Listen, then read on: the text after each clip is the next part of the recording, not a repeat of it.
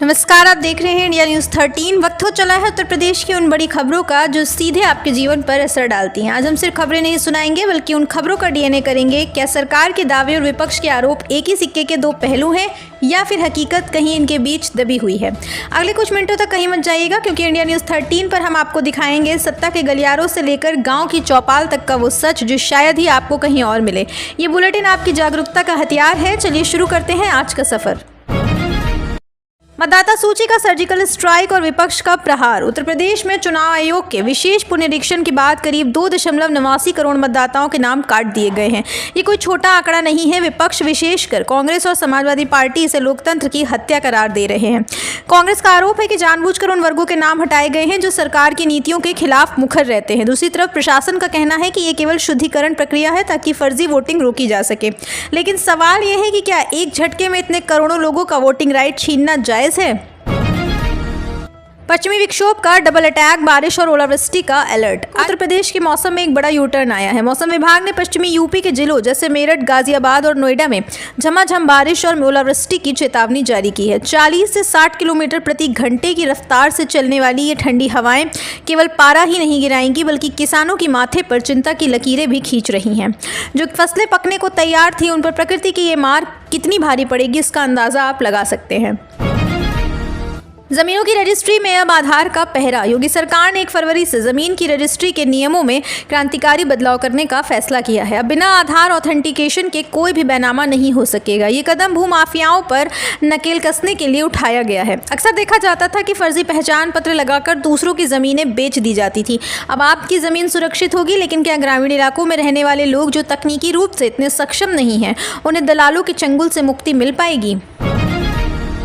कानपुर देहात में 99 हिंदू परिवारों को मिलेगा नया जीवन। पूर्वी पाकिस्तान अब बांग्लादेश से आए 99 हिंदू परिवारों के लिए आज का दिन ऐतिहासिक है। योगी कैबिनेट ने उन्हें कानपुर देहात में जमीन आवंटित करने का बड़ा फैसला लिया है। दशकों से ये परिवार अपनी पहचान और छत के लिए संघर्ष कर रहे थे। इसे आप मानवीय दृष्टिकोण से भी देख सकते हैं और राजनीति के चश्मे से भी। विपक्ष का कहना है कि सरकार बुनियादी मुद्दों से ध्यान भटकाने के लिए ऐसे प्रतीकात्मक कार्य कर रही है, लेकिन उन परिवारों के लिए ये उनकी नागरिकता की असली जीत है। लखनऊ रिश्तों के कत्ल और धोखे की दास्तान। राजधानी लखनऊ के मदेगंज से एक ऐसी खबर आई है जो समाज की गिरते नैतिक स्तर को दर्शाती है। एक युवक ने एक किन्नर से शादी रचाई, उसका विश्वास जीता और फिर लाखों के जेवर और नकदी लेकर फरार हो गया। ये केवल एक चोरी का मामला नहीं है बल्कि उस भरोसे की हत्या है जो एक उपेक्षित समाज का व्यक्ति किसी पर करता है। पुलिस ने मामला तो दर्ज कर लिया है, लेकिन क्या हमारा समाज इन रिश्तों को कभी वो सम्मान दे पाएगा जिसकी ये उम्मीद रखते हैं? बिजली बिल का नया स्मार्ट मीटर बोझ या सुविधा। यूपी के कई शहरों में आज से स्मार्ट मीटर लगाने के अभियान में तेजी लाई जा रही है। सरकार का तर्क है कि इससे बिजली चोरी रुकेगी और उपभोक्ता केवल उतना ही भुगतान करेंगे जितना इस्तेमाल करेंगे। लेकिन जनता की शिकायत कुछ और ही है। लोगों का कहना है स्मार्ट मीटर लगने के बाद बिल अचानक 20 से 30% बढ़ गया है। क्या ये तकनीक जनता की जेब ढीली करने का नया तरीका है? विपक्ष ने इस मुद्दे पर सड़कों पर उतरने की चेतावनी दी है।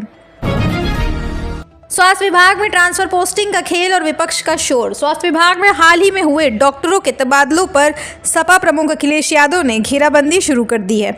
आरोप है कि नियमों को ताक पर रखकर चहेते डॉक्टरों को मलाईदार जिलों में तैनात किया गया है, जबकि ईमानदार अधिकारियों को हाशिए पर भेज दिया गया। जब अस्पतालों में बेड और दवाइयां कम हो तब तबादलों की ये राजनीति स्वास्थ्य सेवाओं को और वेंटिलेटर पर ले जा सकती है। दर्शक ये सोच रहे हैं कि उन्हें बेहतर इलाज कब मिलेगा। रोडवेज बसों का किराया और आम आदमी की जेब। पेट्रोल डीजल की कीमतों में स्थिरता के बावजूद यूपी रोडवेज ने लंबी दूरी की बसों के किराए में मामूली बढ़ोतरी का प्रस्ताव रखा है। आज इस पर अंतिम मोहर लग सकती है। आम आदमी जो पहले ही महंगाई की मार झेल रहा है उसके लिए अब बस का सफर भी महंगा होने जा रहा है। क्या सरकार को सार्वजनिक परिवहन को सस्ता रखने के लिए सब्सिडी नहीं देनी चाहिए या फिर घाटे में चल रहे निगम को उबारने का बोझ सिर्फ यात्रियों पर ही डालना सही है? आवारा पशुओं की समस्या चुनावी वादा बनाम हकीकत। जनवरी बीतने को है लेकिन ग्रामीण यूपी के आवारा पशुओं का आतंक खत्म नहीं हुआ। रात भर किसान अपनी फसलों को बचाने के लिए कड़ाके की ठंड में खेतों की रखवाली कर रहे हैं। सरकार ने गौशालाओं के लिए करोड़ों का बजट आवंटित किया है, लेकिन धरातल पर पशु आज भी सड़कों और खेतों में हैं। विपक्ष इस मुद्दे को किसान विरोधी बताकर लगातार हवा दे रहा है। आखिर कब मिलेगी किसानों को इस मुसीबत से निजात?